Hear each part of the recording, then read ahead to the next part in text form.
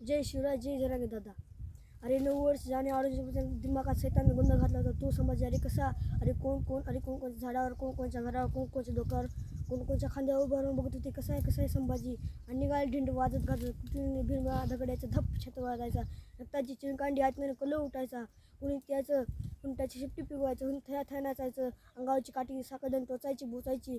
कुणीतरी यायचं एखादं शिवी जायचं, कुणीतरी यायचं कुणीतरी यायचं अंगावर थुंकायचं. कुणीतरी यायचं तलवारीच्या टोकाने संभाजीच्या अंगावर रेषा उमटायचं. रेषेवर रक्ताची धार लागायची. मातीवर रक्तमुद्रा उमटली जायची. कुणी सोसलं अरविंद चव्हाणच्या लव करणाऱ्या वेदना कोणाच्या वाट्याला रे. अरे झुकलं असतं, वाकलं असतं, नमलं असतं, ते यशमय जगलं असतं. मग का नाही केलं, का सोसलं सगळं, का सहन करत नाही सगळं. स्वराज्यासाठी, स्वराज्य अस्मितेसाठी, मराठी दौलतीसाठी इतका निश्चळ, इतके रक्ताळे होते संभाजी. इतके शेंदूर फसल्या होत्या. हनुमानासारखे दिसत होते. बस इतकी जागा ठेवली तरी शरीरावर वार वार करायची.